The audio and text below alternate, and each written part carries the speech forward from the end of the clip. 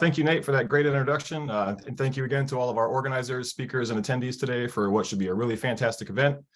I'm Ben Stonke. I'm a PhD candidate of political ecology. I'm the editor and art director of Peace, Land, and Bread, and one of the editors at Iskra Books. So today we're joined by Riley Seungyoon Park. Riley's a master's student in psychology at the University of Indianapolis. Their research interests center on community-based psychotherapy from an anti-imperialist, Marxist, and disability justice orientation. They co-edited Socialist Education in Korea, selected writings of Kim Il-sung, and have written other works on Korea for the Hampton Institute. Park's an organizer for the Answer Coalition and the Party for Socialism and Liberation. And since 2019, they've been a central people's leader in various movements in Indianapolis, organizing around reproductive justice, the war on Black America, capitalism, and imperialism. And additionally, Park is active in the international Korean movement for peace and reunification, participating in the Global Peace Forum on Korea in 2019. And this month actually was part of the first US delegation to visit Chongryon, the General Association of Koreans in Japan, since the COVID-19 pandemic began. Thank you so much. Good morning, everyone. First and foremost, I want to give my sincerest gratitude to everyone who had made this book possible. Extra thanks to my comrades from Peace, Land, and Bread, Norotol, and my comrades here in the PSL in Indianapolis. We couldn't have done this without all of you. Today, I want to center my reflections around 투쟁. 투쟁 is a phrase that translates to struggle. It is a phrase that originating from the labor movement in South Korea, fighting back against exploitive labor conditions and the US-backed dictatorship that created these conditions. This term has also been used as a rallying cry for the broader international Korean movement for peace and reunification. As we know, the current geopolitical conditions are changing. We are now moving towards a shift towards multipolarity, and many are rejecting the vice grip hold of the US hegemony. In addition, here in the United States, we are also witnessing a shift. More and more working people are becoming more conscious and organized in the face of right-wing ruling class attempts of restricting basic democratic rights, from voting rights to reproductive health access. It is important now more than ever to be organized and commit towards revolutionary socialism. But with that comes intense political education. Political education is one of the backbones of any revolutionary party or organization. No successful socialist revolution and nation have come to be without political education. Without it, potential revolutions can fizzle out or be severely crushed by the ruling class if we do not operate strategically or covertly. And if we don't understand our material conditions. As Chairman Kim Il-sung said, quote, both in revolutionary struggle and in construction work, we should firmly adhere to the Marxist-Leninist principles, applying them in a creative manner to suit the specific conditions of our country and our national characteristics. If we mechanically apply foreign experience disregarding the history of our country and the traditions of our people, and without taking an account of our own realities and level of preparedness of our people, dogmatic errors will result and much harm will be done to the revolutionary cause.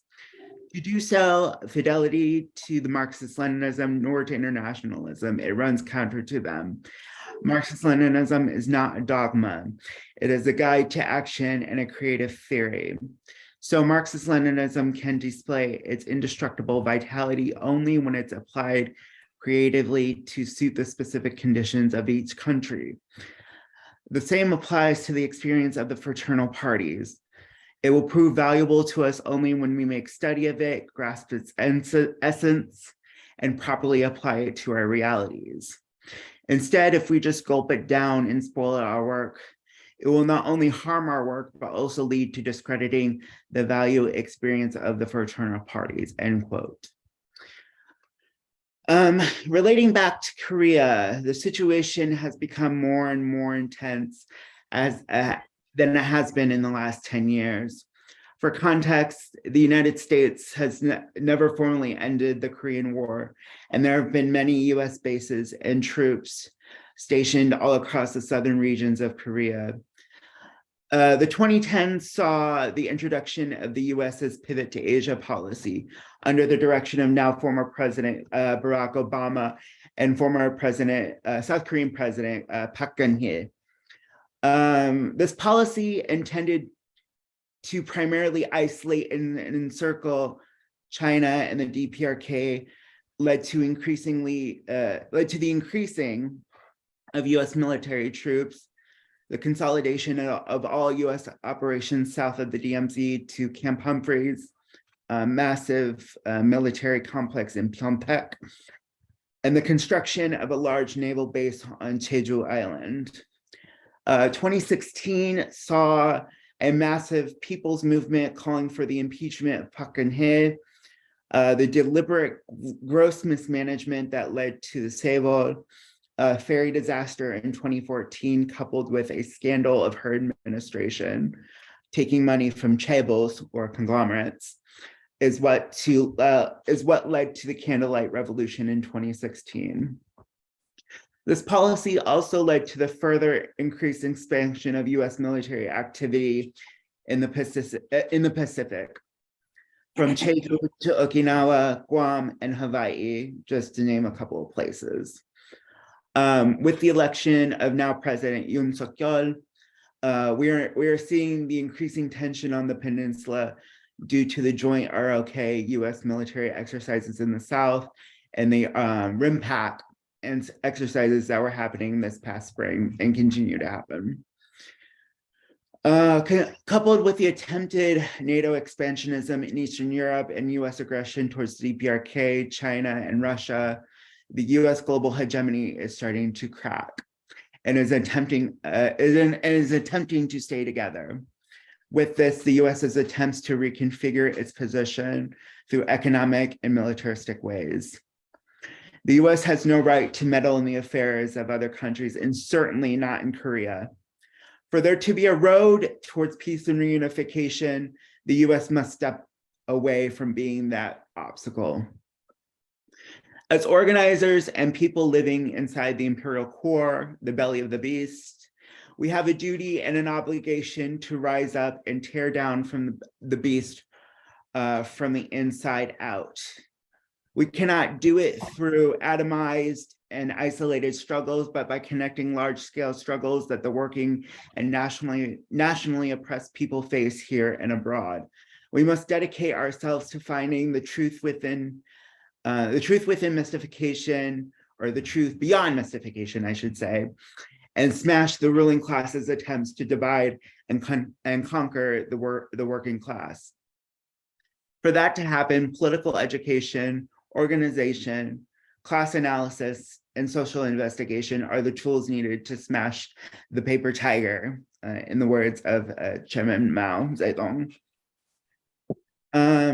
When I was in Japan this past week, visiting the Korean schools in Chongryon, I saw what Kim Il-sung's writings fully encapsulates: an ironclad sense of community, dedication to one's being and education, and the commitment towards personal growth and responsibility, even in the face of continued discrimination and exclusion from the Japanese government. These are all lessons that we should be taking and learning as we move forward to the future.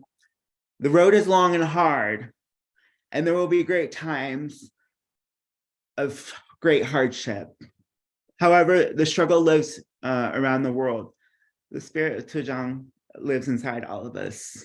Thank you so much. I'm Michael Hudson. I'm appearing here for the International Manifesto Group. If you like this video and ones like it, please subscribe. For more information, go to the address on the screen.